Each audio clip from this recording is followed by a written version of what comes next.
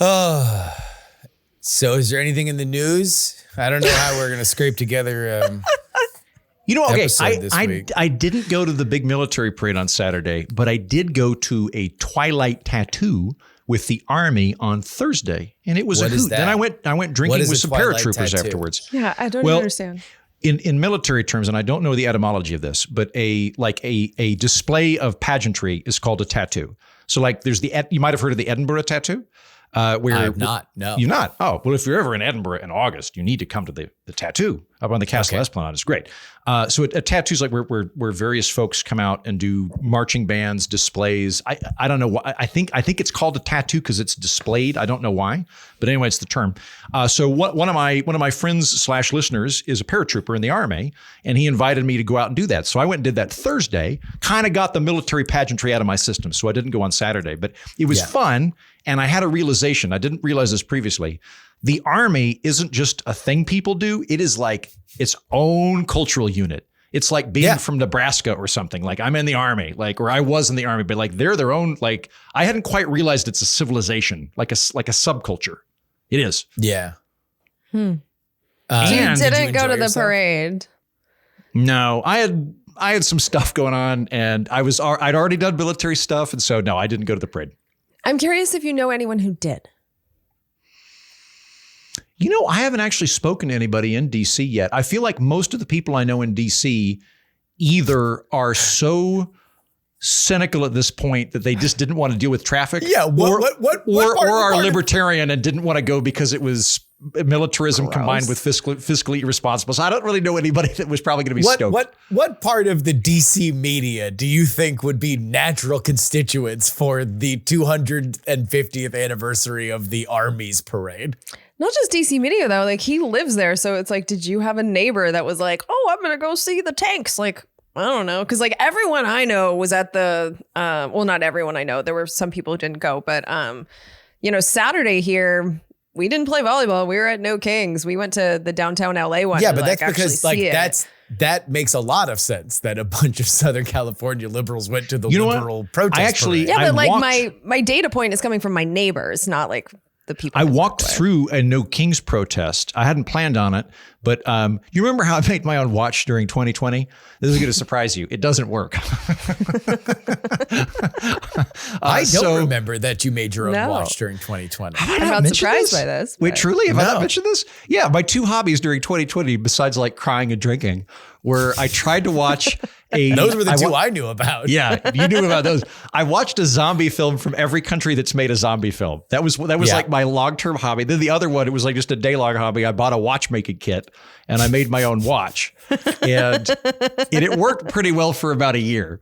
But there's something, I don't know what I did wrong, but there's some problem in it, and so I can't wind it anymore. Like the crown has come loose or something. I don't know. So anyway, I took it to a watchmaker, and I walked through the No Kings protest, and I also don't like Trump or kings or fascism. I agree with all the tenets of the protest. I just don't like protests. I'm not a protest guy. I find all protests kind of preachy and insufferable, even if I agree with everything that's being protested. I was just like, nah, don't want to do this. Yeah, I think it depends on the protest. Because like we went to the downtown LA one, which was, first of all, remarkably chill until it wasn't. We actually got bored at around 3:30, and so that's why we went home. But it was like there was a bus that rolled up. They called it the hoop bus, and people were playing basketball at the back of the hoop bus. And then there was like people singing. So there was some guy who sang a song in Spanish, and like I didn't know what the song one was, but a lot of other people did. And so like this huge crowd of people were singing this song. It was very festive, and the cops were very bored. They were separated from us in front of City Hall by caution tape, so they weren't all that afraid of us.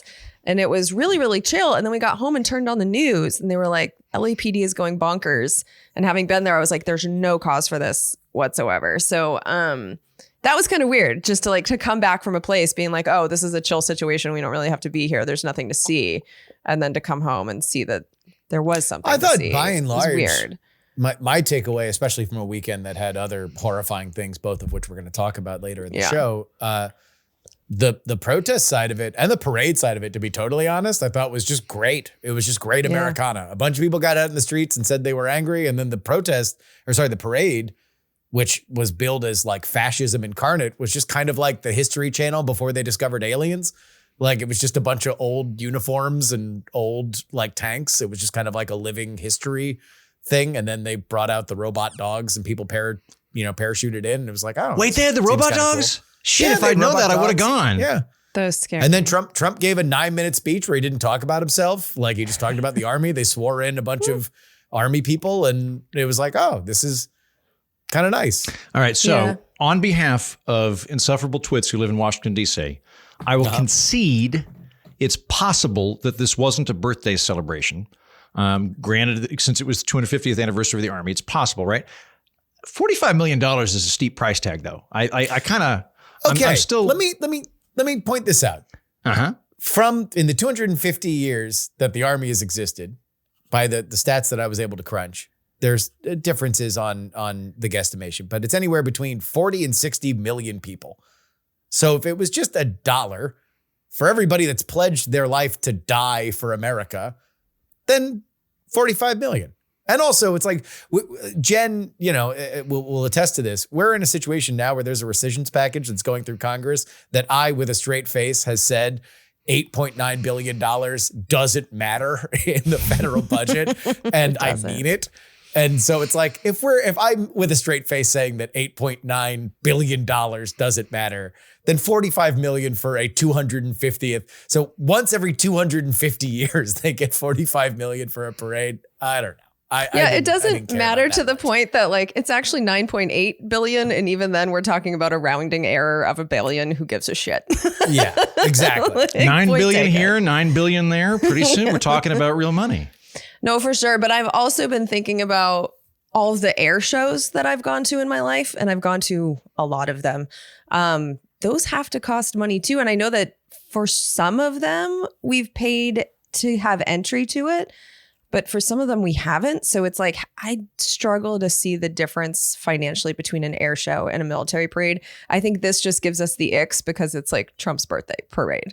Like, I think that's really what's gross about it. I think that was overblown. By the end of it, I was like, I thought it was going to be like a Trump rally and they were going to play all the Trump songs and then he was going to talk for an hour. And it was like, it wasn't that. And I'm like, oh, okay. I think that was kind of miscast as his Palpatine moment where he brings the army under his thrall and then directs it against his enemies. Can I just real quick on behalf of all the nerds out there, like I like Americans rankling at big military displays and standing armies. I actually think that's a very healthy default state to have. It was the default state for the American people up until McKinley of just like standing armies are dangerous, don't have them. And then we decided we'd have a big standing army. So like I kind of like that the default position is like, I don't know, Soviet style military parade. Like, let's just keep our eyes peeled.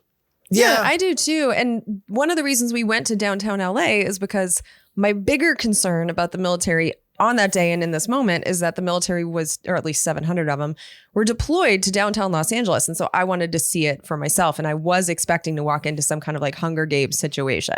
Like I was expecting stormtroopers and I was expecting to feel very intimidated. And I very much did not. So I was pleasantly surprised by both the military parade and the military presence on the ground here. Being uncomfortable with both of them in principle, but like in the actual experience, I didn't feel threatened in the way that I was expecting. So it's like, while I see the march to fascism, I don't think we're in full blown, District It was not 12. what you expected leading up to at least Saturday. No, I mean, on Saturday, Joe and I were prepared for whatever was going to happen. So it's like I wore my running shoes and I had the number of a lawyer written on my wrist and I had, I didn't bring my phone. And it was just kind of like I was prepared for like, I don't know what's going to happen here, but based on what the news has been saying is going down in downtown for the last week, like I'm just going to be careful because it sounds like I could get arrested for just being there.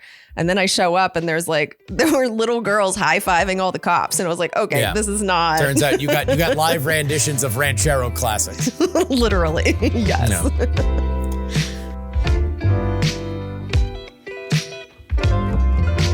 From Austin, Texas, I'm Justin Robert Young. From Southern California, I'm Jennifer Briney. And from our nation's capital, Washington, D.C., I'm Andrew Heaton. And we're not wrong. On this edition of the program, we will be talking about World War III, Israel versus Iran, America's involvement in it. We will dive deep into the Middle East, as well as a new study that reveals a strong link between trust and happiness. How trusting is our panel? We will discuss that and your emails. I guess we can just get right into this. It's a gigantic story, and knowing the developments of this story, it will probably be very different by the time that this hits YouTube and your podcatchers. Iran will have a gay premiere by the time we're done with this. Before we get it, have you followed the power gay, the Israeli power gay that's going viral? No, what is this? There's an Israeli power gay that for what does whatever that mean? reason, he's just this very effeminate guy who is very proud to be Israeli, but is to show defiance to Iran's retaliatory missiles, is just talking about how he has an air-conditioned bunker and all of the cute guys that he's bringing into his bunker. It is a very weird wrinkle of an extraordinarily serious situation. But to go any further on it before we get into the basics here, I think would be disrespectful. So just look up the power gay, the Israeli power gay. Anyway. Okay. President Trump has deployed a massive U.S. military buildup, including stealth jets, refueling tankers, and carrier groups to the Middle East and Europe, warning of military strikes if Iran attacks U.S. assets. He has demanded Iran's unconditional surrender of its nuclear program. Well, we're assuming it's of his nuclear program. It just said unconditional surrender on Truth Social, but we are inferring that it is of Iran's nuclear program, while claiming precise intel on Supreme Leader Ayatollah Khamenei, although he says no immediate strike is planned. This, of course, all comes after Israel launched an attack last Friday on Iran, which killed most of Iran's military leadership and much of its weapons system. This has not stopped Iran from retaliating, although with much less effect than Israel's bombardment. While Israel has proven effective at taking military control of much of Iran's skies and has destroyed much of its nuclear program, one enrichment facility specifically remains out of reach, and that is Fordo, an underground base underneath a mountain which Israeli munitions cannot penetrate, but American Buster bombs can, and has been at the center of negotiations between Netanyahu and Trump on whether or not America will get involved either there or further. And so I ask Andrew Heaton, what should America's role in this conflict be? So I see 4 different pathways that we have available to us at this point, and I'm going to list them in order of preference of what I want to have happen. Preference 1 would be that Iran returns to the negotiating table and we come up with a deal where they pause their nuclear ambitions and scale back their enriched uranium. They drop it down to 20%. But that would be my preference. I want peace. I want 2 things. I want peace, and I don't want any more nuclear powers, and I want the nuclear powers that exist to have less nukes than they currently do. So I'm anti-nuclear and pro-peace. That's my preference. If diplomacy fails, it is not a situation where Iran is willing to stand down on nuclearization, then my next preference would be limited tactical strikes to mow the lawn with their nuclear program. Send in American tactical strikes. My preference would be to outsource it to Israel, but if we had to do it, that would be if it were they're going to get nukes at X point and diplomacy fails. At that point, I'd say let's try to do a limited tactical element. The next one would be if that doesn't work, and there's some evidence that we could probably do that for a while, but we couldn't do it indefinitely. Fordow is a really good example of that.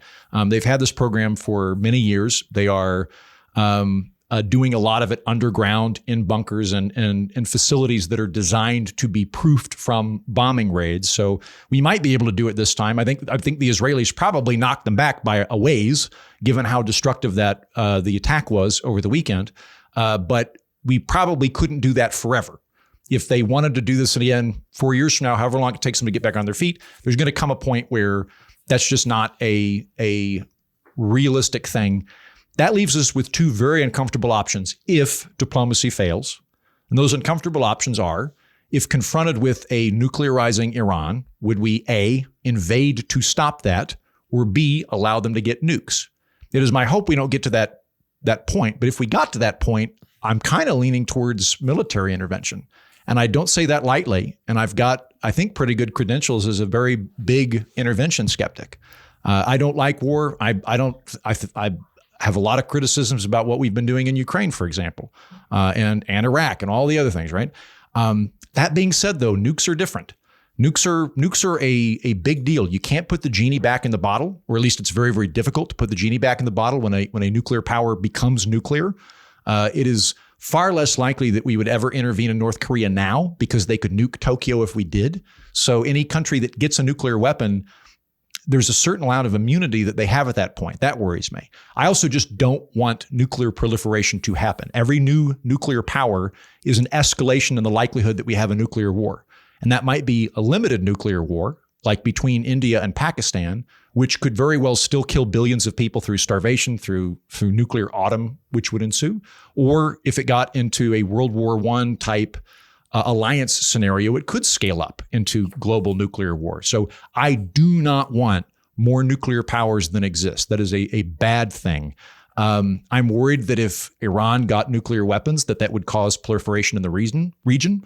Because if Iran went nuclear, Saudi Arabia and Iraq would want to go nuclear as well. They would be very worried about a rival that had nuclear power. If they did it, well, Turkey and Egypt would I don't know if Iraq has the money, but certainly Saudi, the UAE, any of those regions would definitely. Yeah, I guess my main point is it's very, very, very difficult and unlikely to get a nuclear power that feels threatened to drop its nukes. And that means that there is a crucial period where you can intervene when you do that. And I think we're probably in that period. I am very wary. I'm very wary. Did you feel like that on Thursday before Israel attacked? No, but I didn't do a lot of research on it prior to that. I'll say prior to Thursday, my position had been for the last several years, like going back 10 years, like to Stuxnet and the Obama deal back in 2013, which I supported. My position was, look, we got to do this diplomatically because they've been working on this since the 70s. They keep drilling down further and further, making it more difficult to mow the lawn if we want to do it. So either we have to just occupy them indefinitely, or we have to work out a deal. Now, I still think that that's true. It's just that I'm looking at the deal going, if that doesn't happen, what do we do? And Iran took careful and public note of what happened to Libya. So for anybody unfamiliar with the timeline, 2003, North Korea goes nuclear, becomes a nuclear power. In that same year, 2003, Libya divests itself of its nuclear program. Muammar Gaddafi looked at the war going on in Iraq and he went, oh shit, America is not playing nice with rogue actors right now. And they've already got a bunch of military over here. And so he denuclearized his program. George W. Bush, who was president at the time, went, thank you for playing nice with us. We're going to lift our sanctions on you, and we're going to take you off of the terrorist state sponsor list. Like, you were welcome back into the global family for having denuclearized. We get to 2011. Is it 2011? No, I think it's 2011. When problems start having in Libya, President Obama puts in a no-fly zone that allows rebels to take out Muammar Gaddafi. Now, I don't think President Obama would say he was seeking regime change, but the practical effect was it enabled regime change to happen. And even if that's not true, that's very much what Iran interpreted from the event. Their supreme leader is on the record saying, like, this is what happens. The Americans negotiate in bad faith.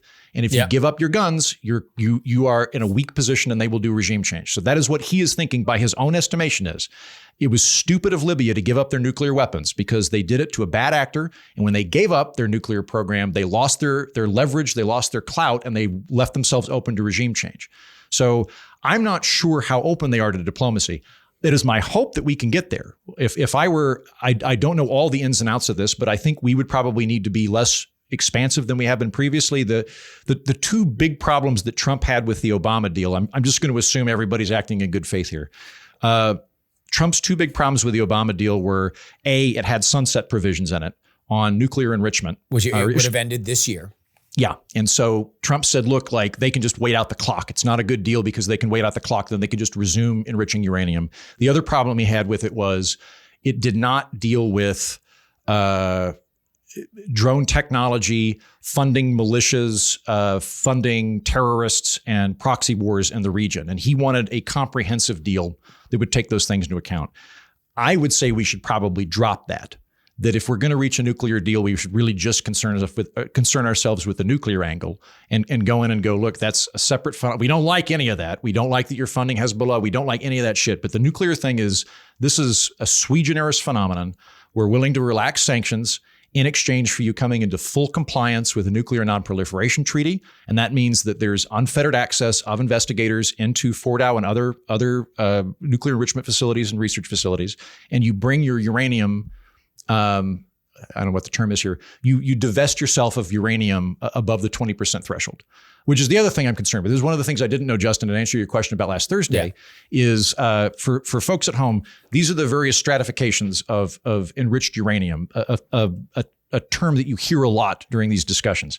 To have a nuclear power plant, you need, it's like 3.5% enriched nuclear uranium, or excuse me, enriched uranium to have a nuclear power plant. Countries will go up to about 20% for a nuclear research facility. So that's still for peaceful purposes. It is within the confines of the Nuclear Non-Proliferation Treaty, of which both America and Iran are signatories. And it's for developing radioactive isotopes used for medical equipment and also to train nuclear scientists. You need 90% enriched uranium to get a nuclear weapon.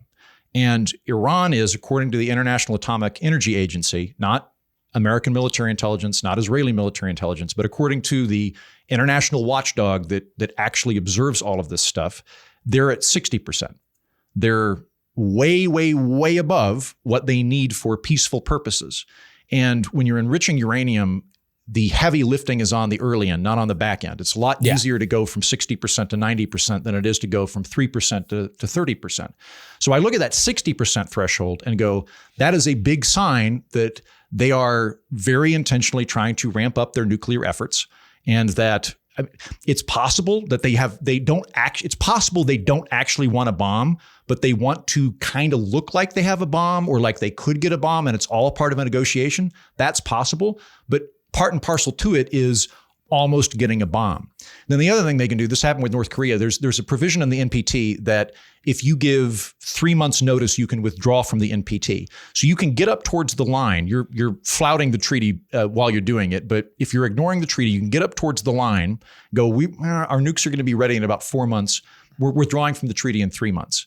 And then once that's happened, you're not in violation of the treaty and you're a nuclear power, right? That window is the thing I'm most worried about, because again, once the genie's out of the bottle, you can't get it back in. And I don't want there to be any more nuclear powers. So my hope is that we could have diplomacy settle this peacefully. Absent that, I think I would favor a military solution. Jen, what's America's role?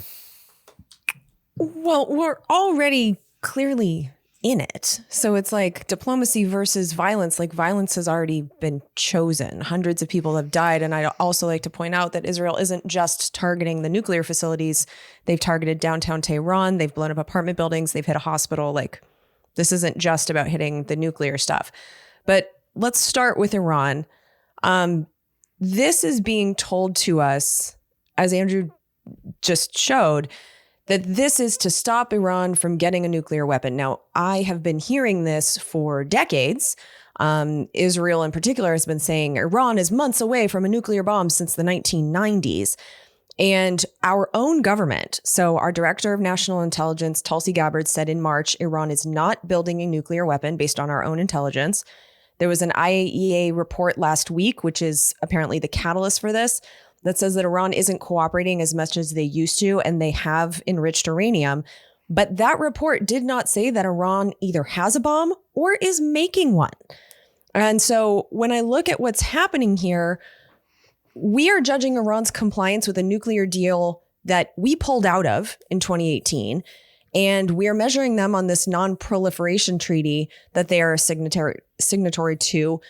But on the other end of this, you have Israel, which does have nuclear weapons, which hasn't signed any treaty, is not inspected regularly, and has recently bombed Palestine, Lebanon, Syria, Yemen, and now Iran. So when I look at like the peace in the region and who the problem is, I'm a lot more concerned with Israel than I am with Iran, especially based on the fact that we are being told they're so close to having a nuclear weapon, and yet those people who are responsible for looking at their program are saying they don't have one and they're not making one. So this just feels very Iraq war to me, but worse, because when we were lied into the Iraq war, they were saying Saddam has these weapons. We're going to go get them. He's in imminent danger.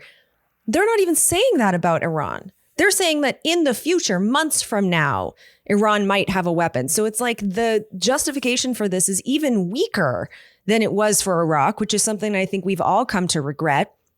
And so when I look at our involvement in this, I would hope that our involvement would be to shut it down, to tell Israel, which is the one that to shut the war down, because Israel is the one that we provide the weapons to. So when we think like, oh, what's our involvement? Like, we're involved. We're providing the weapons. We know they're providing intelligence. And if they want to get the bunker busters, like that's going to have to come from us.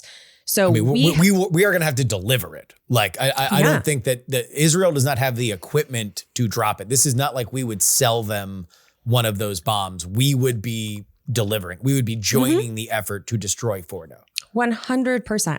And so when I look at what I want my country to do, it would be to go to Israel, which is the country we have leverage over, and say, knock it off. You've been bombing all of your neighbors. You're the ones with nukes. You're the ones who won't allow inspectors in. You are the dangers to the region. That's not what we're doing. Right now, we're making the whole conversation about Iran, which by all measures that I can see, hasn't really changed much except for having uranium, which is not the same thing as having a bomb. So I see this whole bomb thing as the same excuse that they've been trying to use to regime change in Iran since at least 2008. You know, I remember in 2008, this is why we didn't want John McCain to be the president, because he wanted to bomb Iran. And so here we are. And so I see this as we have a president who's being played by Benjamin Netanyahu. Benjamin Netanyahu has been very clear that he does not want diplomacy to solve this. He wants violence. And I think he is just taking advantage of the fact that right now he seems to have someone who's willing to let him do whatever he wants in the region in President Donald Trump, because you know, he's starving the people of Gaza and Trump doesn't give a shit. So it's like Netanyahu is trying to get away with everything he possibly can as fast as he possibly can while the conditions are ripe for that. And I think the Iran nuclear stuff is just the excuse at this point. Jen, I very much appreciate that perspective. I don't want to be a reluctant hawk. That is not where I want to be. So I appreciate that perspective. But the things that worry me are, according to the International Atomic Energy Agency, they've got uranium enriched at 60%. I can think of no reason that they would do that other than moving towards a nuclear program. It's well beyond the threshold necessary for peaceful purposes. So that, to me, combined with the aforementioned report that you bring up, that there are materials they've not reported to the International Atomic Energy Agency and facilities that they are not allowing in, both of which flout the treaty, that all stacks up to me of nuclear research. Okay, they can do research. They don't have a bomb. You mean nuclear weapons research, as in trying to build a nuclear bomb? I mean, the information on how to build these things is out there, so I'm not that concerned about them having the ability to research. I have the concern of them having the ability to have a bomb, which right now, no one, including our own government, has concluded they have. They don't have a bomb and they don't have a weapons making program. I think that is what matters here. When it comes to enriched uranium, that can also be used for nuclear power, which is what they're saying all this is for. Do we believe them? Do we not? That's why we have the IAEA. And once again, Iran is cooperating with the IAEA in some respect. So when the IAEA comes out with a report saying these guys are building a nuclear weapon, that's a different report than what we just got, which is like, they're not cooperating as much as they used to. But right now, we are blowing up an imaginary weapons program. It doesn't exist. And our own intelligence says that it doesn't exist. So really, all we're looking at is enriched uranium, which is a piece of a bomb. Are there things to be concerned about in the future? Sure. But Israel is bombing human beings right now, saying that Iran is an imminent threat. It's not an imminent threat. An imminent threat is like the bomb is coming. That's not possible right now. Iran doesn't have it and they're not building it. What about the 60% this is a preventive strike. There's a difference between... It is preventive, but like, I mean, would you wait until they have a bomb? When would be the point that you would jump in? Under international law, a preventive strike is illegal. So you would wait till they have a nuclear bomb before doing any type of military intervention? At the very least, I would wait until anyone says that they are in the process of building one. And like, that is not where we're at right now. Right now, they're in the process of enriching uranium. That is not the same as building a bomb. So there is no imminent threat here. This is a preventive strike. It's illegal in international law, and I don't want to be a part of it anymore. Why do you think they would be at 60%? Like, that's so far over the peaceful threshold. What other purpose would there be? I don't know, but that is what the International Atomic Energy Agency is looking into. Like that, I am not concerned as much with their enriched uranium as I am concerned with the decades-long effort at regime change in Iran, also based on the fact that we have done regime changes in Iran. Like since the George W. Bush administration, they had wanted to overthrow this regime. So when I look at before that, since the 1979, since 1979. So when I'm looking at what's happening right now, they want this conversation to be about that uranium. I think the actual motivation is regime change. And I think that we should learn the lessons of Iraq because we've been down this road before. We've heard this bullshit before, and it's happening all over again. I agree with you 100%, Jen, that this is about regime change. I do believe that the nuke threat is right now being centered in a way that is not really the point, although I think I probably disagree with you in terms of how much of a threat it is. This is happening right now. Israel is attacking because post-October 7th, they have been extraordinarily effective at attriting the proxies that are around Israel, and they believe that this is a historic window for which they can take out the Iranian regime. Now, there's the micro and then there's the macro. And here's where I just want everybody to understand and anchor the macro. This is a holy war. This is a war between a fundamentalist regime that believes that a country that they don't share a border with should not exist, and they spend a significant amount of their GDP every year to weaken them, and a country that believes that they are justified in their defense to destroy the regime that they believe is attacking them. Now, from there, we have a library's worth of history as to how we got to that point and everything that has happened from that. But to not understand that as a fundamental element of this, I think misunderstands the region. It misunderstands where we are right now. I very much agree that I don't think anybody's hiding it. Like the conversation right now is about enriched uranium, and that is a part of it. I believe that Iran doesn't say they're building a nuclear weapon because they know the second that either the IAEA says it or they say it themselves, these planes and missiles are coming from Israel no matter what, as they have before in the past to destroy nuclear programs from Iran. Whether or not America gets involved is really the big question from our perspective. But this is a past October 7th, you have seen pretty effective Israeli destruction of Hamas, Hezbollah, and to a certain extent, the Houthis. You've seen Assad fall in Syria. That is the pathway by which Iran gets Hezbollah weapons. Iran has never been weaker. And what we found out over the last 7 days was just exactly how infested the Iranian regime and the Revolutionary Guard was by Mossad and by Israel itself. Like what happened on Friday, where essentially their entire military command was taken out. Israel created a fake set of intelligence that got all of Iran's top generals into a room. Then when the strike was taking longer, they kept the meeting going so they could blow up one place where it would attack, where it would kill the maximum amount of intelligence and military leadership. regardless of where you believe it's justified, shows tremendous infestation of Mossad and IDF resources into Iran. I don't think it's arguable that they are incredibly weak right now. And to me, that is the understanding from the Israeli perspective of they say, it's now or never, we are going to do this. But I totally agree with Jen. The nuke is what it is. That is a thing that if they were to get a bomb, it creates an entirely different scenario in the Middle East, because I do believe you would see other countries that would get it. And now we have one of the most dangerous areas in the world normally that now becomes far more dangerous on a global scale. However, this is about knocking out Khomeini. This is about Netanyahu saying, my legacy is ending the Iranian proxy war against Israel that has happened since the 80s.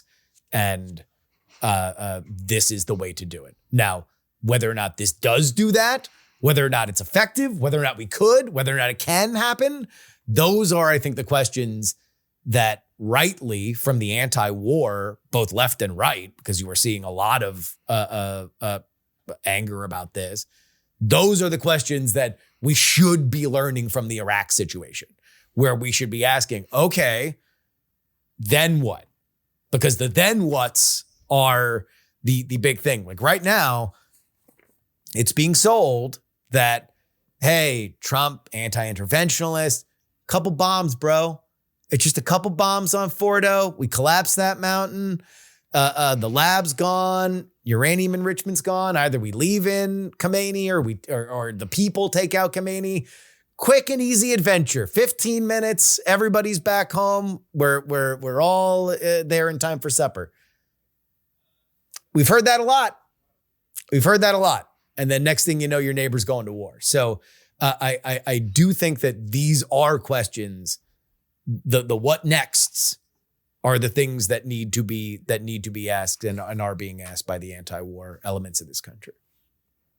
Hey, I'm never going to criticize anybody for having a default state of being anti-war. I think that's absolutely where everybody should be by nature.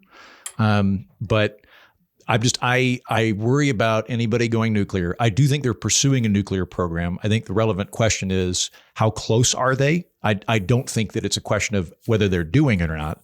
It's a question of how imminent it is. And once it gets to that imminent point, some questions that I would love, I'll pitch this to both of you. What would be the evidence that you need in order to say that it's imminently approaching? Would it be American intelligence saying we think that they're close to getting a nuclear bomb?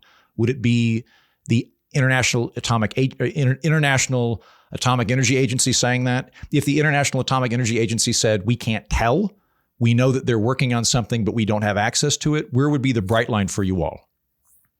None of those things have happened. So this is where we are. None of those things have happened. I mean, I think he's saying hypothetically. We have been there before. Like we were there in 2013. That was American intelligence at the time. Like the reason that Obama stepped up and did deals with Iran and sanctions was that it was thought that they were going to get a nuclear bomb within a short order of time. So we have been there before. Previously, diplomatic efforts have been able to stall that. But it's not a situation where they're just not pursuing any type of nuclear weapons research. It's a question of how far along the track they are, and if we can pause it. Or if it's getting to that threshold point. I just think that we're focusing on the wrong thing. I think we're falling right into their trap by continuing to go back to Iran's the bad guy because they might be looking for a nuclear weapon, even though they've proven themselves, like the warmongers, whoever the hell's trying to regime change Iran. This has been going on for so long. We've heard this for so long when it comes to Iran. So the fact that it's working now, it's amazing to me. Like they are trying to overthrow this government and using this as an excuse. And so it's like to even play this game of well, what do you need to hear to get behind this war? And I know that's not what you're saying, Andrew, but that's kind of the implication here of we kind of have to bomb them. Okay. So I think, by the way, for the record, let me just say, I will weep not a tear if the Ayatollah is dragged through the streets. I have no qualms. Oh yeah, I'd love for their regime to collapse. I don't want to occupy them. I don't want us to go in and do it. I don't want America to rebuild it, and I don't want an American foot on the ground. And that is what I worry that we are going to get into another quagmire in the Middle East.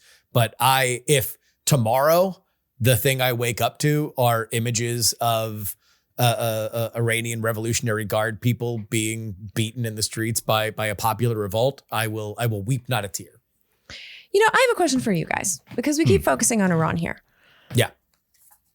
Am I the only one that is uncomfortable with the idea of Israel completely winning here? Israel, which is a country that has shown itself capable of extraordinary cruelty and violence. Israel, which has nuclear weapons. Israel, who won't let in any inspectors. Are you concerned about a future in which there is no opposition to Israel, where Syria is gone and Lebanon has a new government and Iran has a new government, and Israel is a hegemonic power in the region with their behavior over the last year and a half? Are you concerned about Israel's violence and their threat to peace in the region? No. Why? Because it's a fucked up neighborhood, dude.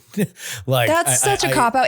They're people just like us. No, yeah, but I mean, like if we talk about the powers, I mean, remember, I think hegemonic is a stretch to the point of parody use of that word. If Iran fell, and so Iran's proxies therefore no longer existed, and you saw the slow dissolution of Hamas and Hezbollah and the Houthis because now they don't have Iranian money and weapons to use. I don't believe that means that Israel has hegemonic control over the region. They're the only ones with nukes. They're the only ones with nukes. Wow, and that's like the wink, wink, nudge, nudge. They say they don't have it, but I do agree with you. They do have nukes.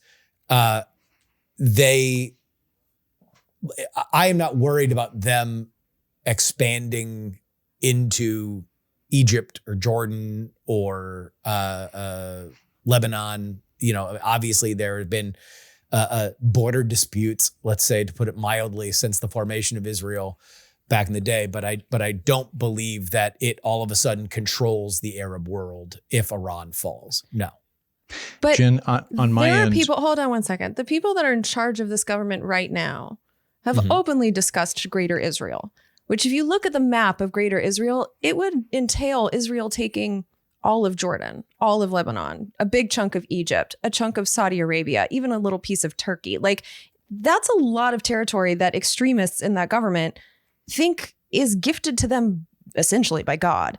Indeed. So, and we're seeing right now them eliminating Palestine from the map. So when you look at Israel and their violence and their expansionist desires, I think their neighbors should be afraid of that. And if there is no one fighting back against it in any way, do you really see that as a peaceful future? Like if Israel got everything it wanted out of all of these wars, you really think that would bring peace to the region? Or do you think there's a good chance here that Israel would continue to expand? Again, peace in the Middle East is not something that I believe I will see in my lifetime. The idea of peace in the Middle East is not something that I believe I will see in my lifetime. Do you think it's a goal of Israel to try? I think that Israel has more ties into a Western power structure that values money and commerce, and that they have found something closer to a working relationship with other Arab powers that have similarly found common cause in commerce than the Iranian government and their vision for the region has. So when we get into larger conversations of expansion and territory and borders, I don't know what the future holds. I understand that if you look at some of the shit that comes out of the mouths of the most far right people in the Israeli Knesset, it's literally apocalyptic. And one of the reasons why I want to continue to remind people that from a Western perspective, you need to understand that we are not living in the same world when we talk about religious fanaticism. Like, this is a region that is rooted in religious and ethnic rivalries and blood feuds that is absolutely foreign to the Western mind. Like, what we think of as a fanatical religious person in America is not on the same level as what exists in the Middle East culturally. So when I weigh the influence between Iran and Israel, I look at what Iran believes the future of the region is, and I look at what Israel believes the future of the region is, and picking amongst the options that are there, I say I will take Israel 10 times out of 10. Even though they have shown themselves capable of destroying a population, I'll say the G word, a genocide over in Gaza. By the level of that region, I don't believe that is unique. When has Iran done anything like that in our lifetime? Like, who's the bad guy here? This is my problem. I'm afraid that we're on the side of the bad guys. I think you have made your point clear there. How many Jews exist in Iran? I'm not making this about, I'm talking about No. I'm saying, I mean, if we're talking about people that have been driven out of, homelands historically, like, it's not exactly a friendly place for anybody but Sharia law in Iran. They don't have a warm, hospitable way of living. So I believe they view this as a holy mission to wipe out a country that they believe is evil. That is Iran. That is the position of the Iranian revolution. That is the position of the Iranian government now. And what all I am saying is that I try not to look at the Middle East in a way that doesn't understand that. I know. And I think that I am taking that into account when I look at Israel, who is in the process of eliminating a people and what is supposed to be a country right now. So when I look at their current level of violence and their current capabilities in terms of nuclear weapons, like if the whole point of this is to prevent a scary country from getting a nuclear weapon and a very scary country already has them, I'm just kind of wondering why we would go all in on Israel here. Cause I just don't think that, like, if you play this out going forward, I don't think the world is a safer place if Israel has nukes, Jen, and no one can fight them, and no one is willing to fight them. That's probably the worst part for me, is no one is willing to step in front of Israel and be like, enough in any way. And so without the Western people have world historically stepped in front of them and said enough since their founding, they just haven't won. Since October 7th, they have been given an extraordinary amount of impunity, which is why they're bombing Iran from now. The 6 Days War and the historic relationship between Israel and its neighbors. Which is true. And that is why it's disturbing to me. Like, Ronald Reagan told them knock it off when they were bombing Lebanon. No one's telling them to knock it off now, and they are starving people to death. And so now they're taking it a step further, like, well, we're getting away with this. Let's go and regime change Iran. Like, they have been able to act with such impunity. And so it's like, they're a part of this Western community and we believe in democracy and all this stuff, but we're not enforcing that upon each other. So how can we claim that our side is any better with what we're witnessing right now with this behavior that we're condoning? All right, Heaton. Yeah. So on my end, Jen, I am very happy to say that we're not providing any military aid at all to anybody that's not a signatory of the Nuclear Non-Proliferation Treaty. I am happy to do that and say, Israel, you don't get any more defense funding from us until you come in line with the NPT. I'm great with that. And my preference would be that we just pull out of the Middle East in general. I don't want to be in the Middle East. I think it's the graveyard of empires. I think it's an incredibly difficult and expensive place to try to come in and be a cop or try and be a kingmaker. I don't want to be there anyway, right? So I'll meet you halfway, I think, and just be like, yep, like NPT. Israel has refused to sign the NPT. They are a nuclear power. Don't give them any more money until they sign the NPT. I'm fine with that. But the place where I do want to intervene is if anybody else is going to get nuclear weapons. That's what bugs me. So if we do that, I'm not worried about Israel being a threat to America. I think that you make a very good case that they're a threat to their neighbors or to the Gazans. From an American foreign policy perspective, I am not worried about Israel. I am potentially worried about Iran having a nuclear weapon. And it would be a while before they would ever threaten America with it. It'd be 20 or 30 years before they'd have intercontinental ballistic missile technology. But we would get to that point. That would concern me. So if we could, again, yes, like Israel, you got to sign the NPT or we don't give you any more guns. I'm very happy to do that. But I don't want anybody else getting a nuke. I mean, that's fair. I just think that if we're dealing with the situation we're in right now, right this second, I think that we're on the precipice of getting sucked into a war on behalf of Israel, because there was no chance that the Trump administration was going to do this on its own. It's Israel pulling us into this. And I'm not willing to participate in this. And yet it just seems to be, it almost feels inevitable it's been decades we've been trying to stop this. We've been trying to stop this for decades. And here we are anyway. And it's not because we want a regime change Iran necessarily. It's because they do. And we're going to do their bidding for them. And it's going to cost us.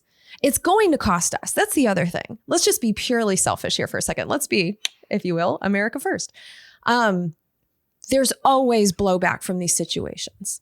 We have so many troops all over the Middle East. And there's also ways that we can be attacked now that we couldn't be attacked in the past. So it's like we just saw this giant attack that was done with drones in Ukraine. And or Ukraine did it to Russia. It was brilliant Spider's strategy. web. Yeah. And the reason they called it that is they had these little drone spiders that went in on shipping containers. They took the lids off the containers, little spiders flew around and then bombed the shit out of Russia. It's incredible. We don't check our shipping containers here in the United States. We also have cyber attacks that we are so vulnerable to. I mean, in Texas, we can't keep the lights on when it's cold. So it's like there's ways that we can experience blowback, and we would be experiencing it in response to helping Israel with a regime change that Trump got tricked into. So it's like for us to go into this and not look at our own dangers that we'd be putting ourselves into, and not to mention like all the money. Here we are talking about waste, fraud, abuse, and we're cutting all these things and we're going to throw 16 million people off of Medicaid, and then we're going to just give more money to Israel and have another war and all these things. Like it's just, there's no good reason for us to do this right now. The only reason, as Andrew has eloquently explained here, the only reason is if there were a nuclear weapon that we thought was threatening our allies, that doesn't exist right now. Do you think that if we regime changed Iran, that they'd start chanting death to America and calling us the Great Satan? I mean, maybe. I mean, they already do. So, well, but I don't think. Joke. But I don't think regime changing them again is going to win us any. I mean, like, I think I am very much of the belief that nobody is talking. Everybody, there's that moment in a great Rick and Morty moment where Rick is telling Morty like, hey, Morty, real quick, 15-minute adventure, in and out. And he shoots a portal, they come in, and then the next shot is you see them by themselves in their car, just like crying because they have just seen the most horrific thing that they have ever seen in their entire lives. And I do feel that when we talk about Fordo, when we talk about the idea of like, well, just drop the bombs, whatever.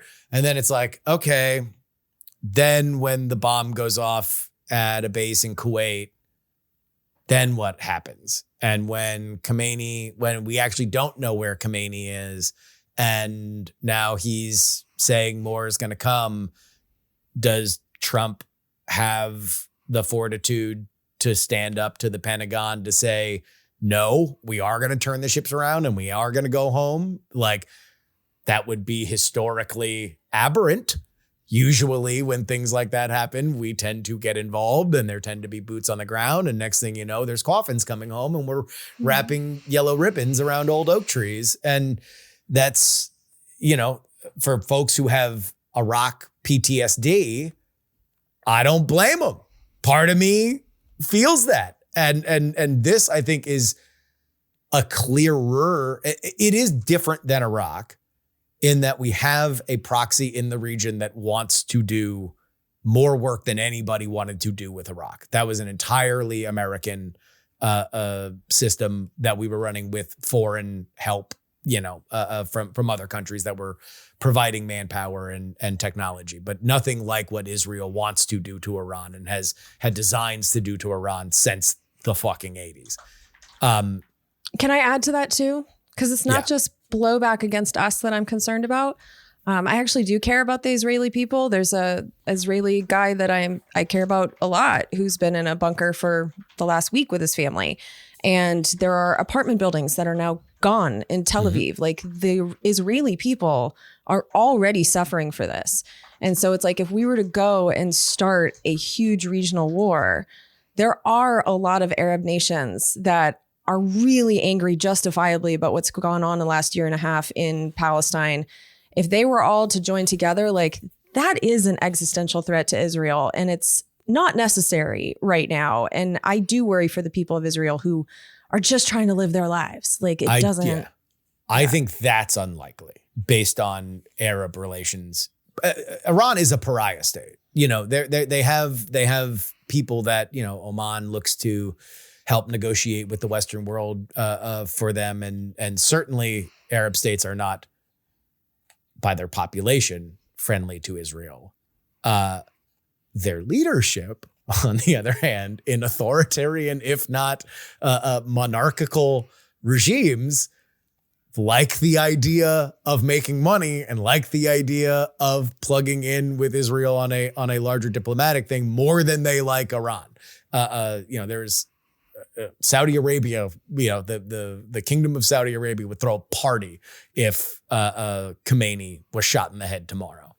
That's the leaders, but I do worry about all the people there, because Israel has a long history of being hit with terrorist attacks. Like we've had a lot of talk about Hamas and Hezbollah and the Houthis. Like there's new names that will come of groups that are going to go after Israelis. And Israelis not only, like, here's the other problem. I saw someone wearing a Star of David around their neck the other day and just kind of reflexively went like, ooh, Israel. And then we're like, oh, wait, no, that's Star of David. That's like that symbol. But that symbol is equated for people that really don't know any better. You see it on the flag.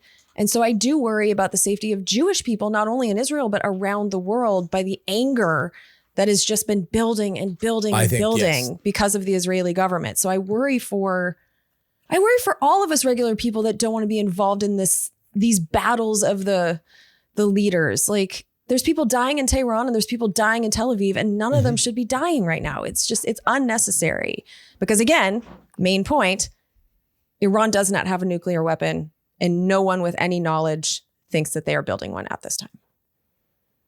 When you say building one, you mean just like active, like they are moving that direction. Like that's why they're enriching uranium. Mm-hmm. It's not the same thing as building a bomb. It is the active ingredient. I mean, it's the main thing. Like it is like not the same thing. They're working on a ballistic missile program. Like they do have a ballistic missile program. We are bombing their country, saying they are an imminent threat when no one thinks that they could bomb anyone with a nuclear bomb in, at best, 3 to 4 months. But the IAEA is inspecting and says they don't have a nuclear weapons program. Our own intelligence department, they are not building a nuclear weapon. That matters in this moment. That is probably what matters most in this moment. Uranium and bomb are not the same. I very much agree with you, Jen, that this is not the nuke thing is what triggers the like, okay, everybody understands we have to take immediate action. I do not believe that is a part of this, but right now I think this is happening because Netanyahu's government, and I don't think incorrectly, believes the shields are down. Yeah. That Iran is historically weak. And if they were ever going to get attacked, now is the moment for which it needs to happen because Hamas is gone, Hezbollah is gone, and Assad fell. Like those are, that constellation of proxies is out. That means that they can, I mean, right now they're flying planes during daytime over Tehran. Like that means they have full control over the skies there. And they planned for a decade plus to do it. Like they owned the at this point, if Khomeini came out and said, oops, I was Mossad the whole time, guys, it would not shock me. Like that's how deep into the fucking government they were. And there's one other factor we haven't mentioned yet, which is that in retaliation for Trump killing a military general in his first administration, there was an assassination attempt by Iran on Trump. And so this guy is personally pissed off at the Iranians. And so I just think being able to manipulate the US president being Donald Trump in a way that Netanyahu wasn't able to do with Biden or Obama or anyone who's not Donald Trump. When you look at it from that perspective of like, is now the time we should regime change? you can see exactly why they're picking this moment. The New York Times had an interesting, you can listen to, I think it's today's episode of The Daily, or it would be Wednesday's episode by the time that people listen to this, where Jonathan Swan, who is very plugged into DC stuff, essentially makes the argument that Trump did want a deal with Iran and did negotiate. He sent Witkoff, who has no connection to any quote unquote deep state or Department of Defense, no prior State Department. He's just a rich friend of Trump's that Trump believes can solve any dispute because he got him and DeSantis back on the same page a few months ago. So he's like, this guy can solve anything. So he sent him to Iran, and they legitimately did try to make a deal. Here's the problem with making a deal. Iran needs the threat of a nuclear weapon, or else they're not standing up to Israel. And then they're going to essentially get regime change by their own people. Like, so they need to stave off an internal revolution by showing that they have an atomic energy program. But so they can't give it up, but they don't want to get attacked by Israel for having an atomic energy program, which they absolutely would if they moved past the thresholds that you're talking about, Jen. So you're essentially asking the Iranian leadership, kill yourself or we'll kill you. And they didn't. And so now we're here. And you keep asking me, like, why would they have enriched uranium and not be building the bomb? That's exactly why. 60%. You're walking the line. Yes, 60%, Andrew, I get it. But they're walking that line of saying, like, okay, we could build a weapon, but we're not. So they're walking that line. It does please both sides in the best way that they possibly can. That would be the reason why they would do that while still not having a nuclear weapons program, which, again, all of the people with information about it say there is no program right now. And not being overrun by their oppressed population, which is a problem that they consistently have, is keeping their thumb on the back of an oppressed people. Patreon.com/We're Not Wrong is where you need to go if you would like a bonus episode of this show. And boy, are we going to bring the smiles to your face on this episode, because we're going to be talking about the increased proliferation of political assassinations in America in light of what happened in Minnesota over the weekend. We couldn't do those back to back on the main show. I just was not going to go from Iran and Israel to political assassinations in America. So we're putting it on the bonus show. It is a serious topic. Sometimes we do AI porn on the bonus, but it's going to be serious this week. So go ahead and get it. Thank you to everybody who supports us. Patreon.com/We're Not Wrong. A global meta-analysis of 2.5 million people reveals a strong link between trust and happiness. Trusting others, especially family, friends, and coworkers, correlates with greater life satisfactions and mental well-being. The relationship is strongest amongst children, teens, and older adults, but weaker in middle age. Interpersonal trust had the biggest impact, followed by trust in strangers, then institutions. Living in high-trust countries like Finland and Denmark amplified these benefits. Importantly, trust and happiness reinforce each other over time. The findings suggest that fostering trustworthy relationships and communities could meaningfully improve public well-being, especially in an era of rising social and institutional distrust. Jen, Briney, who do you trust? Pretty much everyone who's allowed to stay in my personal life.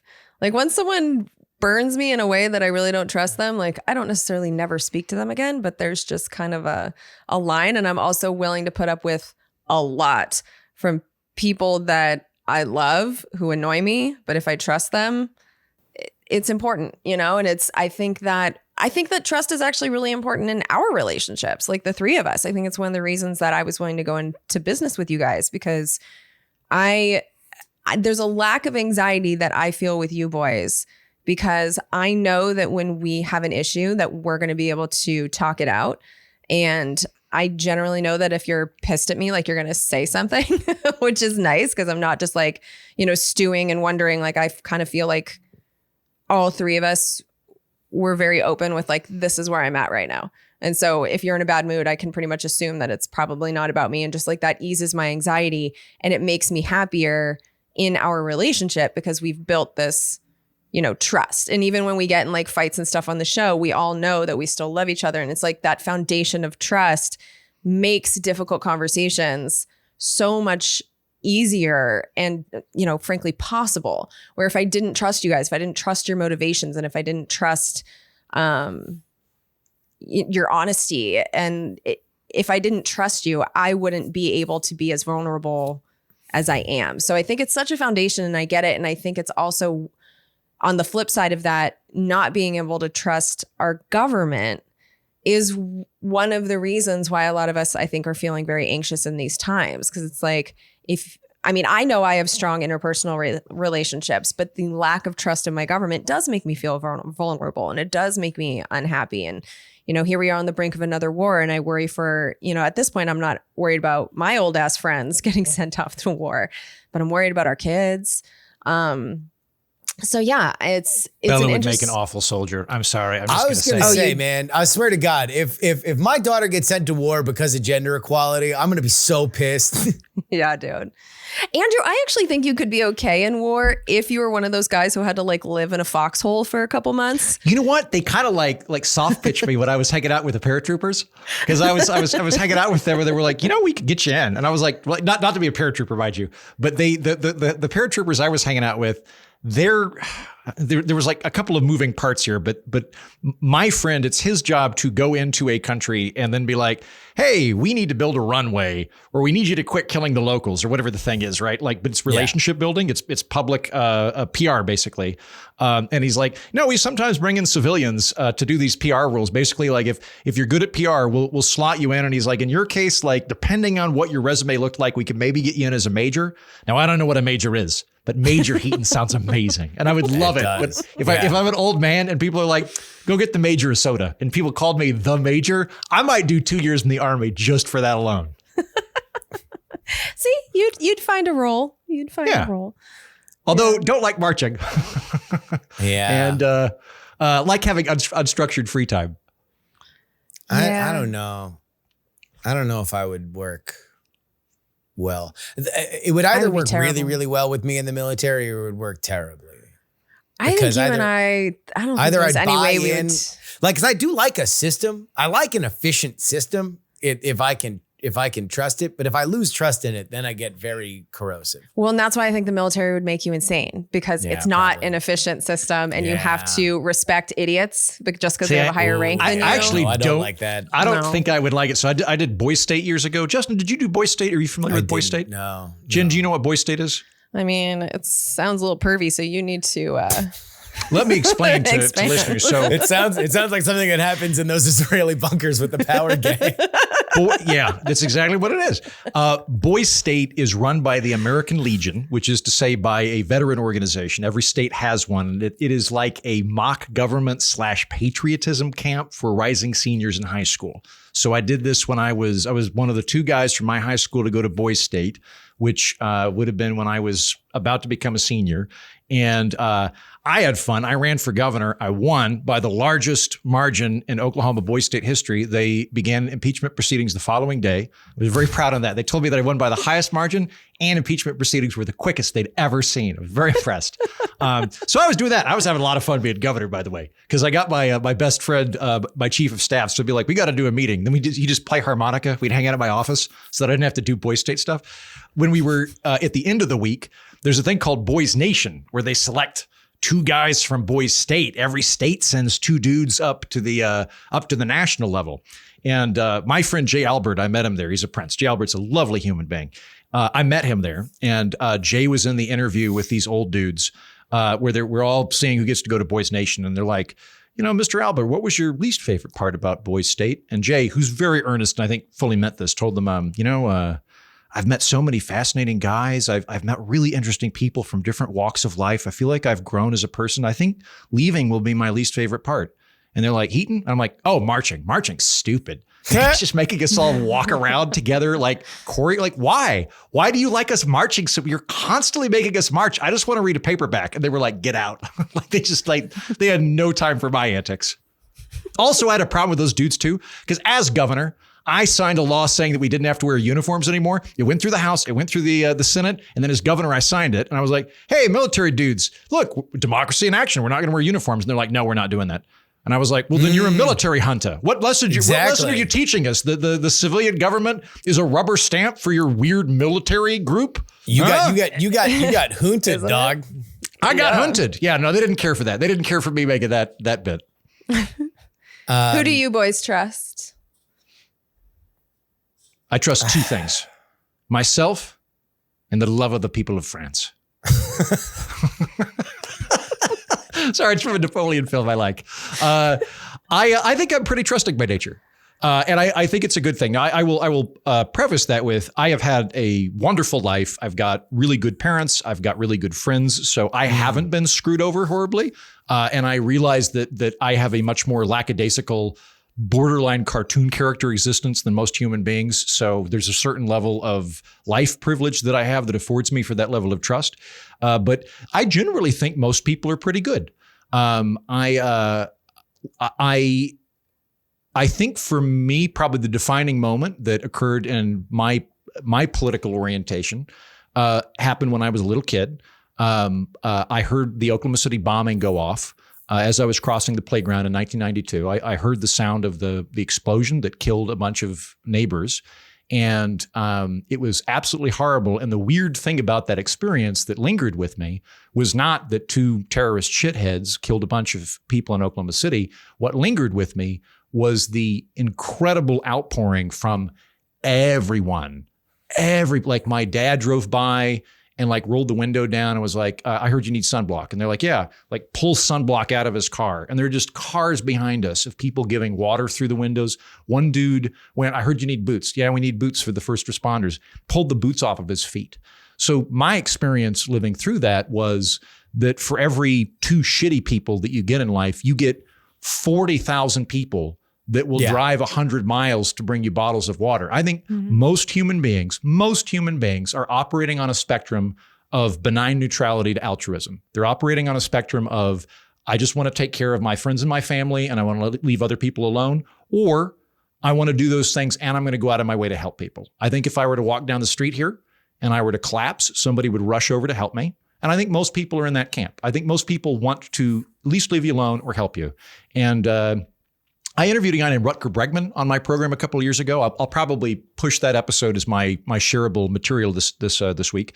Bregman wrote a really good book on how a lot of the very cynical takes on human nature, politically and psychologically, have been ill-founded. Going from Hobbes all the way to the Stanford Milgram experiments, that they're kind of fundamentally cynical in a way that's not warranted by empirical data, that actually human beings are pretty good.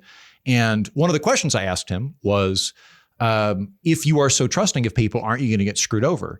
And his response fascinated me, and I think it's a good one. He said, if you're not occasionally screwed over, you're doing your life wrong. You're going to have such a better life assuming that most people are decent and that you ought to involve yourself with them and affording a preemptive level of trust. You are occasionally going to get screwed over, but the amount of opportunity and love that you're going to open yourself up to is going to overwhelmingly outpace those pitfalls you get of the guy that occasionally, steals $40 from you or whatever. And I took that as a good sign. I think I think we should be more trusting of people on an interpersonal level, and that occasionally when you do get screwed over, remember all of the other great opportunities you have that came from you having an open heart. I like that. Yeah. I don't know.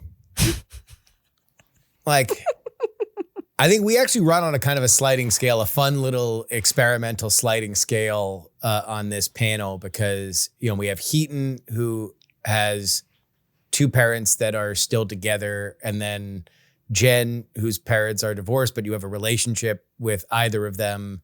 And then I have parents that are divorced, for which I have no relationship. I have no relationship with my father. So it's like, if we're looking at the foundations for trust, the foundations for, whether or not things are going to fall apart, I would probably be at the more acidic as opposed to the alkaline level of that, at least in terms of childhood lessons.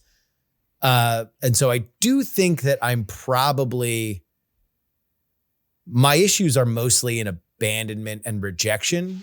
So I do find myself being very quick when things are over to like sprint away and cauterize the wound as fast as possible. I do not like lingering in a snare. Like if this show ends, there will be no goodbye episode.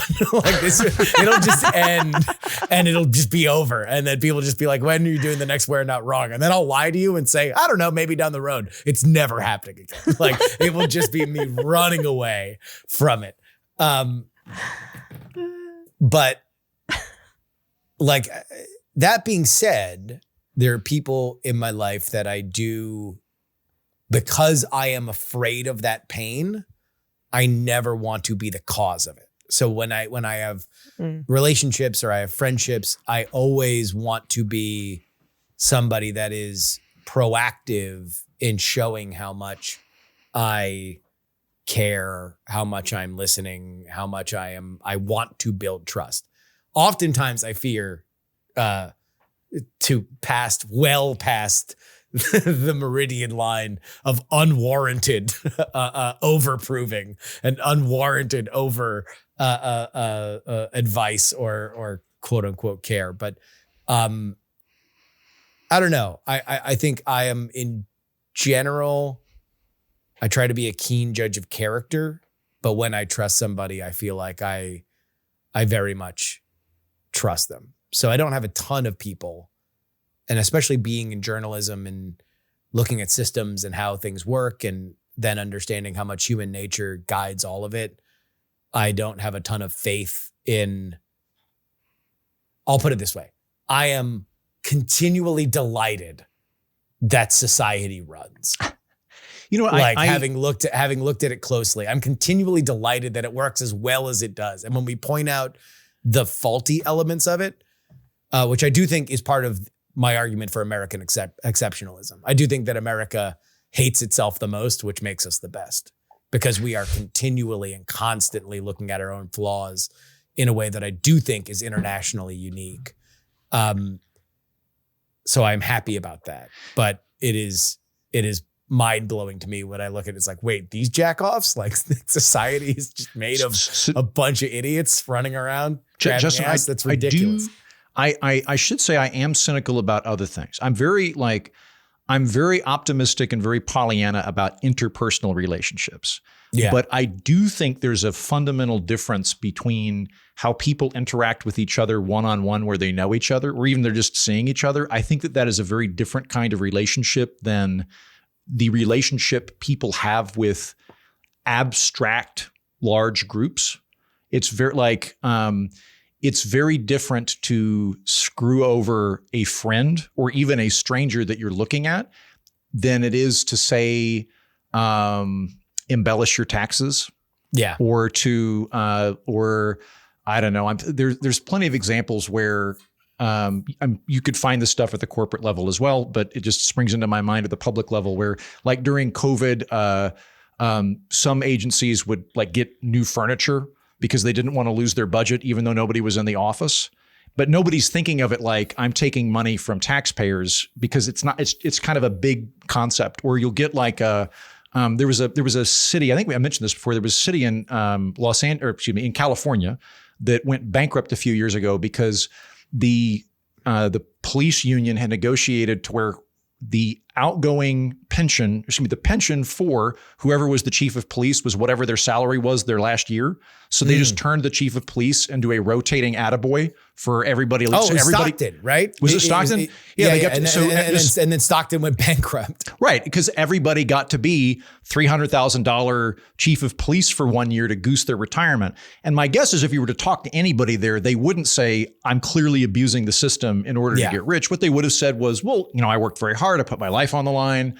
Why is it that all these other rich dudes get handouts when I don't get handouts? But it would be very difficult to do that kind of thing on a one-on-one basis to people of like, I'm just going to, I said I was going to take $10, but I'm going to take $10.20 from you. One-on-one, it's difficult to do that. But when it's abstract, it's easy for that stuff to slip in. All right. Well, it sounds like we all trust people. Andrew. Yeah. I trust Andrew to slip it in. Thanks, Jen. All right. Fucking, oh my God. Add that to the fucking the will they won't they compilation. We're not wrong pod at gmail.com. That's where you write the show. Why does Heaton hate ranked choice voting, writes? Andrew's skepticism about ranked choice voting drives me crazy because he has expressed his displeasure with the two-party system multiple times. In what scenario does he think that we can possibly get a third party in power without a ranked choice vote ballot? No one will ever vote for a third candidate until they can do so safely without being punished for it by instead getting stuck with a candidate they like the least. Without a ranked choice vote ballot, you can never write in Bernie or Yang without ending up with Trump or Clinton. And before Heaton answers, let me just point out, I know that you are a new listener because you have not heard Heaton go on pro ranked choice voting rants. And I really wanted to just read this email to compliment Heaton that he has been restrained enough to not go reflexively into ranked choice voting rants long enough that this new listener could have this point of view. Please, Heaton, the floor is yours. So, hi, listener. My name's Heaton. I actually agree with everything you said. Before I became the guy that reflexively talks about zoning, I was the guy that reflexively talked about ranked choice voting. I'm in favor of top 5 open primary ranked choice voting. This is something I've been pushing for about 6 years. So yes, I agree. I agree with all of your points. That's like Heaton's Instagram liberal version of going from vaccines to Palestine. Like he used to only be, he used to only be about ranked choice voting. Now he's only about zoning. So all of your points. I actually last week, I don't remember the full conversation. I think I was kind of making fun of myself when I was like, ranked choice voting didn't change anything because I had been such a strong proponent and remain a strong proponent of it. But this is what I think we should do. I think you need, I'll call it open primaries for lack of a better term. But basically, I don't even think political parties should get a spot on the ballot. I think political parties should all be private clubs. I don't think they should be gatekeepers. I think that you should have 5 candidates in any election, legislator and up, legislature, governor, senator, congressman, all of that. 5 candidates, and it's just whoever has the most signatures, regardless of what party they are. And then we, the people, get to pick. I don't think the political parties should pick candidates. We have to choose between them. I think we should get to pick. The political parties can endorse whoever the fuck they want. I don't think that they should have any governmental power at all. So that's step 1. Step 2 is ranked choice voting. Now, if you want to get granular about it, you could also do approval voting or star voting, which political scientists tend to get a boner for. They like that better. There's some mathematical fringe cases where it ends up being better than ranked choice voting. I tend to say ranked choice voting because it's the one that everybody knows about. So I very much agree with you. I think ranked choice voting is a great idea. In whether or not it empowers third parties or not, what I do think it does is have a bigger likelihood that people will have to campaign on why to vote for me as opposed to why you should vote against that other person. So yes, your points are valid and then some. Ranked choice voting's good. How'd that feel, Andrew? And I'm amazed. I wasn't even mad. I was like, what? It's like somebody was like, I hate how short Heaton is. I'd be like, how tall are you? New Heatonism writes, high gates and wide walls. I didn't realize I'd said that, but I stand by it. Here's what I'm thinking. I'm thinking a really, really tall, skinny gate, like a really tall, like an old Arabic keyhole gate, or like a medieval gate that swings open. It's comically large. That only you, Jack Skellington, and Slenderman can fit through. Everybody but the else. walls, the walls are girthy. They're so girthy. They're eight limousines long. They're that girthy. Fuck people with fake service dogs, writes, my daughter has a serious life-altering disability designated by the ADA as a disability. We signed up for a service dog for her and are on the waiting list for our dog that will effectively change her and our lives as a helper and make her more independent and lessen our load as a special needs parent from overwhelming to manageable. The dog costs $18,000, not covered by insurance. It'll be 4 years of waiting when we get the dog next spring. Service dogs are allowed in places because the ADA requires it the same way that they require wheelchair access. People who pretend their fucking pet is a service dog are immoral and equivalent to assholes who park in handicapped spaces. Yeah, point taken. That's why I don't feel real comfortable about lying about it, and have not lied, by the way, when I go into places. I also, how about this? I just think I should be able to take my dog into more cafes. Like I that's it. Yeah, you just want to lobby for zoning to allow dog exceptions in health. In health code stuff, right? I'm with you though on that, because this is what keeps happening. Is I keep going into cafes just to get a coffee and leave, and they'll go, "Is it a service dog?" And I'll go, "No," and then they'll look at me funny and go, "You're sure it's not a service dog?" Yeah. And I'll go, "No," because I don't want to lie about it. And then everybody gets kind of like, "Mike, can we just quit this kabuki?" Because I don't want to lie. I don't want to make Wallace complicit in my lying. Although I will throw out real quick, I think I've probably spent $18,000 on Wallace by now with all of his medical problems, if you add it up all over the years. But I didn't have to wait 4 years though. And he's not I think trained. I've spent $18,000 on pet fees for flying Abby on Southwest, for hotel fees. I mean, those fees really add up. So this is why people do the lying thing. But it actually makes me feel better about paying those fees to hear this email, because this is kind of what I was assuming was the attitude by people who actually need the service dogs. And that's why I haven't made her a service dog, because it feels wrong. Now, the situation that Andrew brings up is real. And as the former waitress, I can tell you what that is, which is that we don't give a shit if you bring your dog in, but we have liability. So if we can say like, oh, it's a service dog, it was the alcohol bureau here, but if the restaurant police walk in and come up to one of us and be like, they're like, that dog can get you shut down, and be like, oh, it's a service dog. Like that person, it gets us out of trouble because we're trying to help you here. Yeah, I buy that. Like that's what that is. Well, again, and we're going to get to this in this next run of emails. Let's make the law right, as opposed to strategically non-complying with it in a way that we clearly want. There is a market demand for there to be more dogs in restaurants. There are dogs are not allowed in restaurants. Pets are not allowed in restaurants because of health code violations. And so you therefore have to create this weird loophole. So side note, Kurt Vonnegut came to speak at the Oklahoma State University, sister school to where I went in Oklahoma when I was a junior in college. And everybody was real excited. Kurt Vonnegut was going to come to Stillwater. And he went, oh, great. I'm looking forward to it. I'm going to be drinking scotch and smoking cigars just while I'm there. And OSU went, you're not allowed. And he went, okay, thanks for the invite. I'm not coming. Not coming. And they went, what? And he goes, no, I'm 84. I'm going to die soon. This is what I do. Like, either you let me smoke cigars and drink scotch, or I'm not coming. No offense. I'm just not going to do it. And they literally got the Oklahoma State legislature to give him an exemption where like there was a carve out for Kurt Vonnegut where he was allowed to drink and smoke on public campuses in Oklahoma. A legend. It's so amazing. And they did it legal. They did it legal. They did it legal. They didn't just turn a blind eye. I like it. LA protests. Heaton is right. Writes, it is viscerally upsetting to have to agree with Gavin Anderson. Yeah. This is really a Heaton level, Heaton focused feedback this episode. Keep going. No, don't worry. It's going to sharply turn.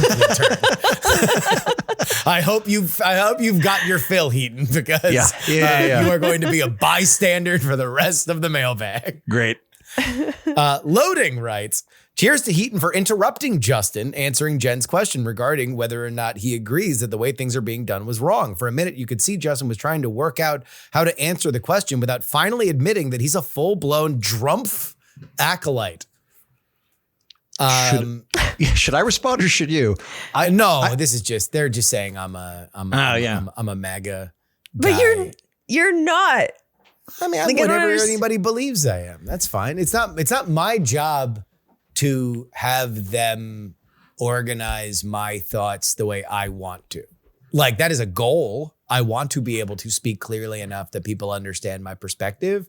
But if people don't, like, it's not the way that I look. I just didn't know people were using Drumpf still. I know, like right? that.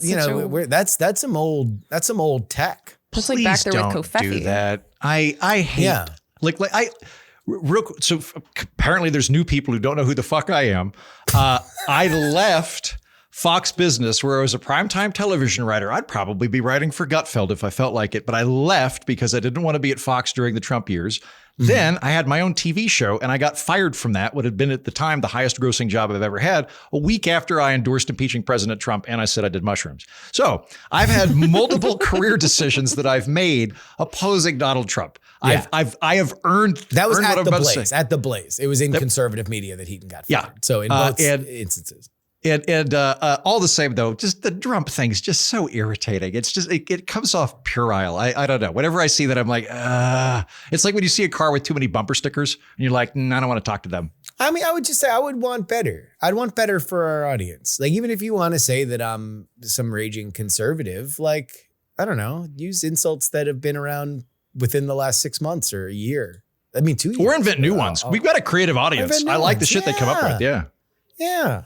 Come on. I just think the tenor of that email was that you didn't answer my question. My question was, do you agree with me? And you said yes. So I don't see that as evading my question. Yeah. I do think that moment was a little weird because we were getting a little kind of crosswired. Like, I think that there's a lot. Yeah, I didn't know how to phrase. Yeah, and I didn't know how to phrase what I was trying to say. Like, my question was ugly. So yeah, I mean, I think. Anyway, I'm sure we're going to have ample discussion to talk about it as we get through the rest of these emails. Regarding Jen and her characterization of being in the country illegally and that not being a crime, and subsequently calling the detention of these people the only criminal act happening, being in the country is a crime, punishable by prison time as well as civil penalties. I was disappointed that there was no pushback from Justin or Heaton. I'm interested to know if Jen will consider reevaluating the criminality of detaining and processing illegal aliens. Okay, so they linked the law. Yeah, thanks for your link. So first of all, you quoted me we saying... we do want, before we get into it, and I know that you're going to push back on it, but we do like it when people link things. They like it when they bring source material. No, that wasn't a sarcastic thank you. Like, I do appreciate when people link things. I don't appreciate when people misquote me, because I did not say that the detention was the only criminal act happening. So, like, don't quote me when you're not quoting me. But no, I'm not taking back anything I said, because we are not only talking about whatever you consider illegal aliens. This is so far beyond that. So again, there are people that are here illegally because they committed a crime in getting here. It is illegal to cross the border without authorization. So no matter how you did it, how many times, it's at least a misdemeanor, or it can be a felony. And so in those cases, detention is a legal punishment and they can be deported. That's one category. What is happening here is so far beyond that. So they are, for instance, rounding people up who have overstayed their visa and putting them in these detention centers, which are prisons. Overstaying a visa is a civil offense. That means that the punishment is you can be barred from re-entering our country for 10 years, but there's no prison sentence allowed for something like that. But what the Trump administration is doing is they're grabbing these people off the streets, putting them in cages and deporting them. And like, that is not okay. Also, it is not a crime to be here if you came here using our asylum system during the Biden administration. There was an app. There are people that were signing up on the app and they were showing up at the border and they were getting their court cases and they were using the process as we had it at the time. And then Trump's just pulling their asylum, calling them illegal, throwing them in cages and deporting them other places. Also, the Biden administration gave 2-year permits to over 500,000 people from Haiti, Cuba, Nicaragua, and Venezuela. Those people just had their permits yanked out of nowhere and were told to leave immediately. These are not illegal aliens. They are here legally. There's also people who are here legally because they had a work visa that Trump has just revoked and told them to leave. There are at least 1,500 students who have had their visas revoked. So we're not talking about illegal aliens here. We're not talking about people who have crossed the border and did something illegal. We're talking about people who were using our system as it was regulated at the time. I think one of the biggest problems we have with our crazy immigration laws is how much leeway is given to the executive branch so that one administration can like change it drastically from one administration to the other. But when you come here and you're following our laws, and then the president decides out of nowhere to change them without consulting Congress, throwing people in prison when they have not had any convictions for anything, that is where the crimes are being committed. So what we're talking about here is not illegal aliens. We're talking about legal immigrants who are being rounded up in this. And so that is what I'm talking about when I say that. I know a lot of people want to make it as if Trump is only focusing on illegal aliens because that is what he ran on, but that's not what he's doing. I would like to thank the listener for thinking that I know enough about this to push back on. And I truly, this is like this might be one of my listeners, because the kind of like the negative feedback I get on my program, which I'm always very tickled by, is like, man, Heaton said that Jimmy Carter's administration was anti-nuclear power, I could not believe he did not bring up the Subsecretary of Energy, Newt Barlow, who served from 81 to 84. It was kind of a real weird blind spot for Heaton. I was surprised he didn't push back on that, which I'm really flattered by because it implies that I know all this stuff. I'm very much a generalist. This was news to me. Jen saying that overstaying your visa is a civil infraction and not against the law was news to me. I found out at the same time you did last week. I don't know the ins and outs on this. Yeah, and I think the cornerstone, Jen went through a gigantic list, all of which I think are very, very valid concerns that we should have conversations on. And I do think that it's complicated enough that we should probably separate these things into different buckets if we really want to go into it.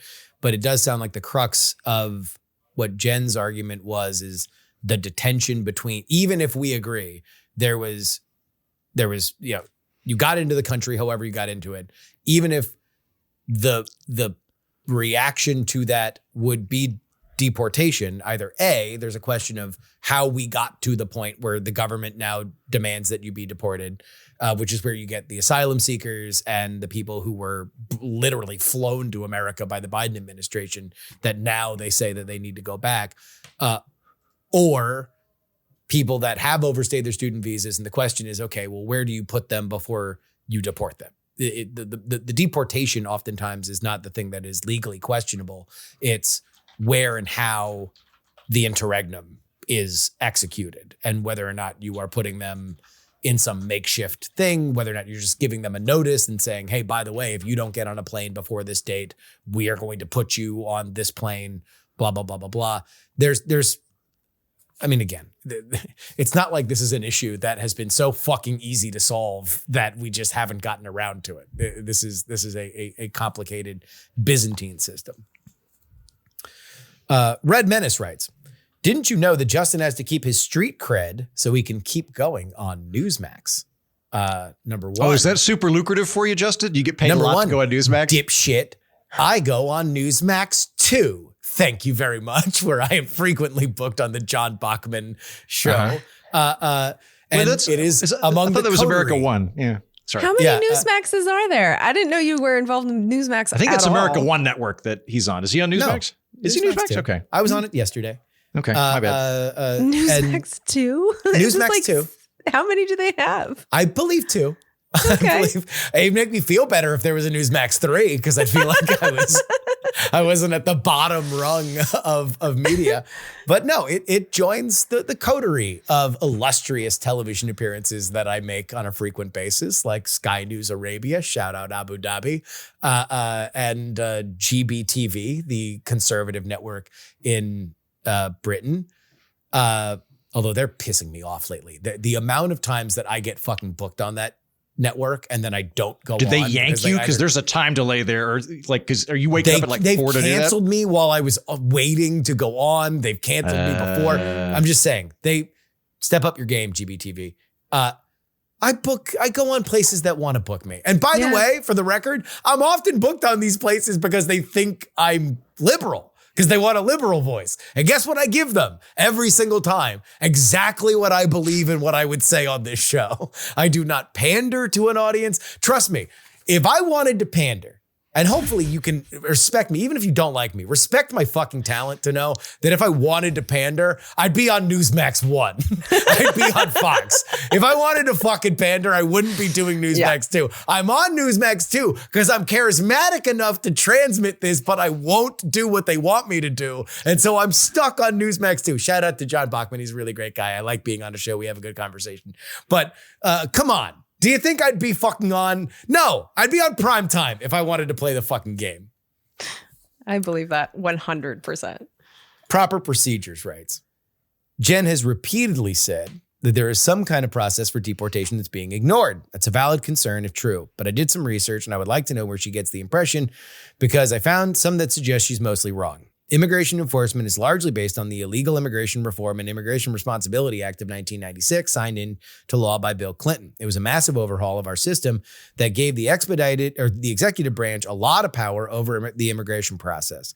It provides for expedited removal, which gives low-level immigration officers the legal authority to detain and deport people under two circumstances. First, at any port of entry, at any time, if they misrepresent themselves or lack proper paperwork. Second, any non-citizen found anywhere in the United States who cannot prove that they are legally permitted into the United States and cannot prove that they have been physically in the U.S. for the preceding 2 years. An immigration officer can order a removal under the law, and these are not subject to judicial appeal. A person being deported for aggravated felony is entitled to a court hearing, but that is if the conditions for expedited removal don't already apply. Essentially, ICE can detain and deport anyone here illegally without a judge under those circumstances. Okay, so I've already gone through how we're not talking here about just illegal immigrants, and so I won't go into that again. But even with what you say here, there's these two qualifications. People that come at a point of entry, we're not just talking about that. And then also you said non-citizens found anywhere in the U.S. who cannot prove they were legally permitted into the U.S. A lot of these people were legally permitted into the U.S. So if we were going to pay attention to this law that you're talking about, a lot of these people don't even fit. My point here is that it doesn't matter. That law doesn't matter because we have a constitution, specifically the Bill of Rights, which applies to persons and not citizens. And just like I can think of three off the top of my head. So like the Fourth Amendment to the Constitution prohibits warrantless seizures of property and human beings. The Fifth Amendment says that no person shall be deprived of liberty without due process of law. And the Eighth Amendment says no cruel and unusual punishment. And I think, yanking people off the streets and sending them off to a torture prison in El Salvador qualifies as cruel and unusual punishment. So no matter what law you think you're following, if it's not constitutional what you're doing, it's not legal. And I think right now we're witnessing some things that are unconstitutional.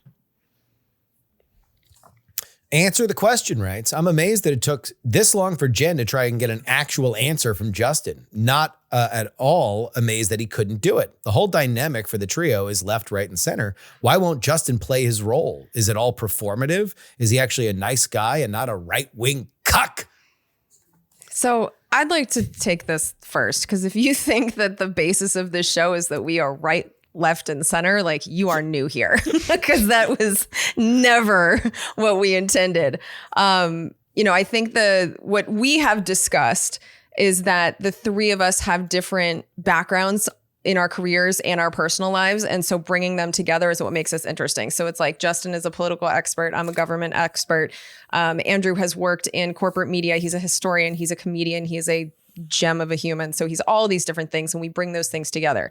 I'm from California. Andrew's from Oklahoma. Justin is Florida man. So it's like those things are interesting.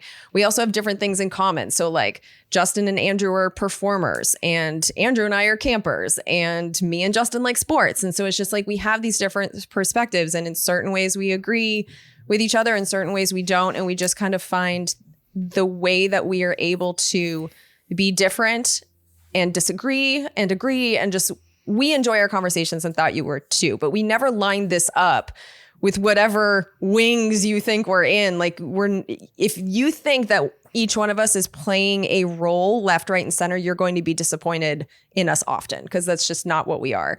And Justin being labeled by multiple people here as a right-wing cuck is the most ridiculous shit I've ever heard. And I don't know why people are saying that. And by the way, I was genuinely asking Justin if he agreed with me. It wasn't supposed to be like a gotcha moment or whatever these emails are implying. It's just a purity like test. Yeah, it wasn't like the left winger challenging the right winger. Like, that is not how we do things here. So it's just, if that's the show you're looking for, this ain't it. And it never was. I'm going to gently push back and say that Jen is lying to you, and we've all been lying. I can't lie to you anymore. We are doing roles here, and what you all don't know is that Jen is like a fucking super conservative off camera. Yeah. She is in it for the money. She's like that screechy blonde woman. I can't remember her name. The one that's like angry, the real conservative one. I don't know. Phyllis Schlafly, something like that. Jen thinks we should get rid of the 19th Amendment. She doesn't think women should vote. It's amazing. No. Like in real life, I should say. In real life. She's a tragedy. Yeah, I bitches am be crazy. a total socialist soy boy character. Like I think we should have way more government. I have multiple pictures of Bernie Sanders, one of which is naked in my room. Yeah. And Justin doesn't even speak English. This is all done through AI. Exactly. I'm like the Guatemalan Daniel Day-Lewis. Like I've lived as a pundit for so long. Yeah. I can actually inhabit it, but I'm an undocumented migrant.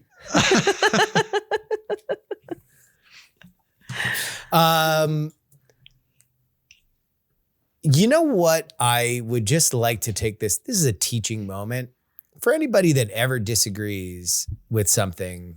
I would say asking a question to flesh out where you believe one of the panelists' points are will always be answered in kind, as you know, us trying to flesh out where we go with things. Whenever you're in a broadcast medium, and I joked about it earlier, that it can never be our expectations that you're going to know exactly what we meant when we say it. There's a lot of things that go. The telephone game exists for a reason, because people hear what they want to hear or hear something different than what is said often. And if you repeat that enough, you get distortion. But it doesn't. But I think that means as we come through the YouTube screen or we come through your AirPods, you are in whatever mood, you have whatever priors going into it. You hear things in different capacity. I know that the one thing, especially coming off of our conversation, that we trust in the audience is that if you genuinely have a question about where we're coming from, if you genuinely want to know, hey, it seemed like there was a weird moment between Jen and Justin. You know, Justin, what is your opinion? Jen, what were you looking to get out of that? That will always be answered openly and honestly on this show.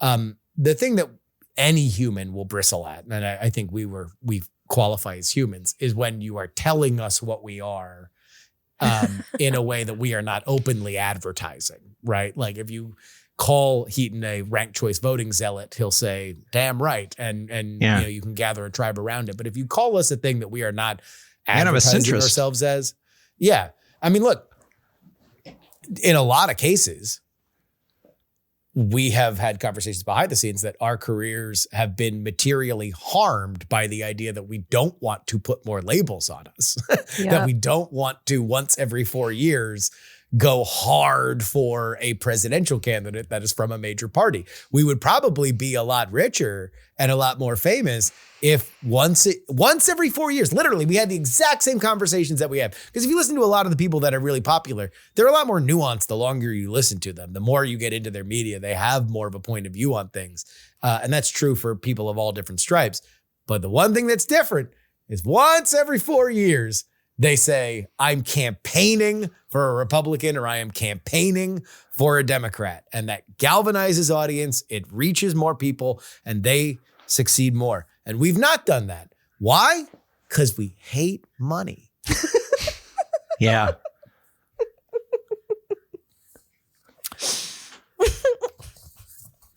We're just going to end there. We're Not Wrong is a production of Dog and Pony Show Audio. Our editor is Will Saddleberg. On PX3 this week, I actually brought Heaton on Friday's episode. There's two really good episodes. One, Heaton is going to come on Friday because speaking of immigration, I have figured out the way to crack it. I have got an asylum system that I believe I can sell to both the left and the right of this country. Assuredly, I can't. And so you can yell at me and tell me why it's a total failure if you listen to Friday's PX3. And then the one that's out right now, I have not only my conversation about the split in MAGA, Donald Trump walking away from two of his core tenets that he built a political coalition on, immigration and anti-interventionalism, and whether or not that is fundamentally splitting the MAGA base. That's serious. And then silly, we have Paul Mattingly and Matt Donnelly. I do a focus group with them where I ask their political opinions, and it is really funny. I'm just going to say, one of the questions is, you are in a wasteland post-apocalyptic world and you are in a vaguely homoerotic and sadomasochistic biker gang, you look up from your rusty motorcycle and you see one Democrat that is giving a rousing speech as you are going to patrol the wasteland. Which Democratic politician do you see? For one of our panelists, it's a cybernetic AOC, or as he calls it, an AOC 3PO. Please listen to PX3. Available now. Oh, and I can talk about it now. For the last few weeks, I've been producing the official podcast for OpenAI. And the first episode is available now. Andrew Main talking with Sam Altman, the CEO of OpenAI. That's been fun to do. Yeah. Kick to me next. So on the current congressional dish, it's an episode about AI because there was a dingleberry put into the big, beautiful bill that prevents state regulation for 10 years. And so there was a hearing when they were putting that into the bill. So if you want to know why they did that, like who's arguing for it, who's against it, why, all those questions were answered for me. So I made that episode. But one of our patrons, yes, who listens to both Congressional Dish and We're Not Wrong, wants to know, Justin, what do you think about that moratorium? I think we talked about it a little bit a few weeks ago. I'm excited to listen to your episode to see whether or not my read on it is different than what I assumed it was. My assumption is that the law was a response to what California tried to do with model regulation. Is that did that come up in your episode?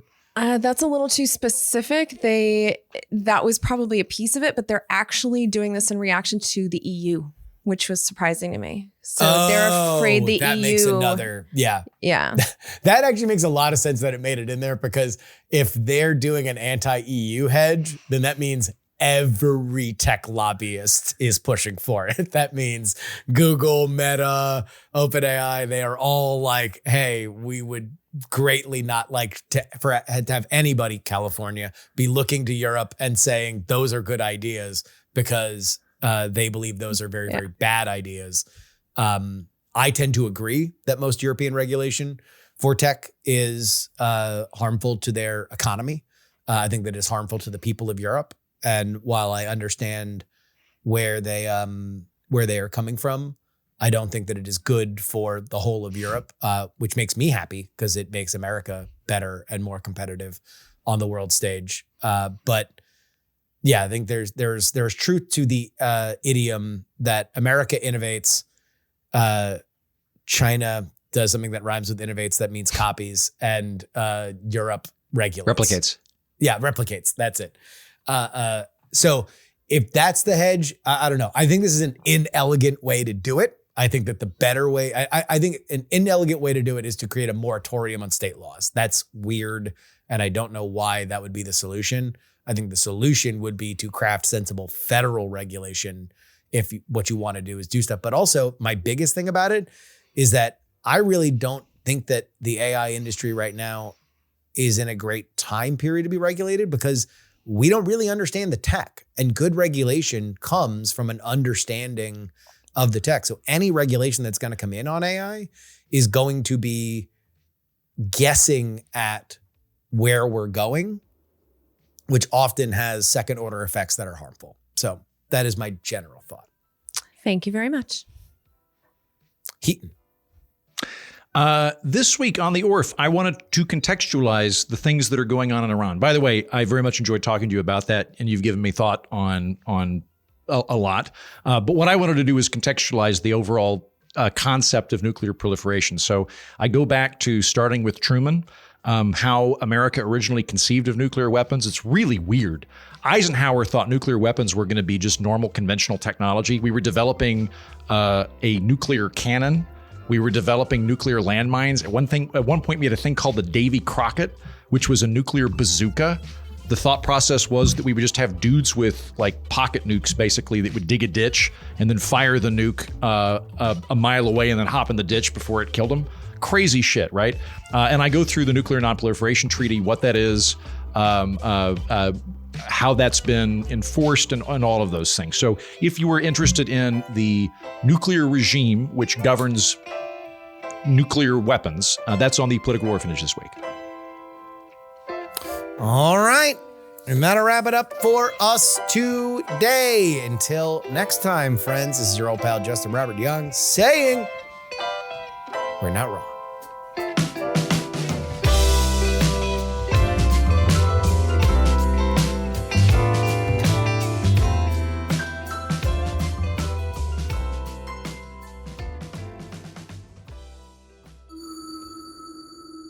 Dog and Pony Show audio.